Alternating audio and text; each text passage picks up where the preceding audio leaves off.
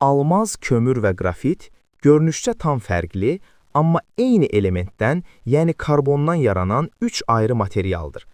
Fərqi yaradan isə tərkib deyil, atomların düzülüşüdür. Almaz karbonun ən möhkəm formasıdır.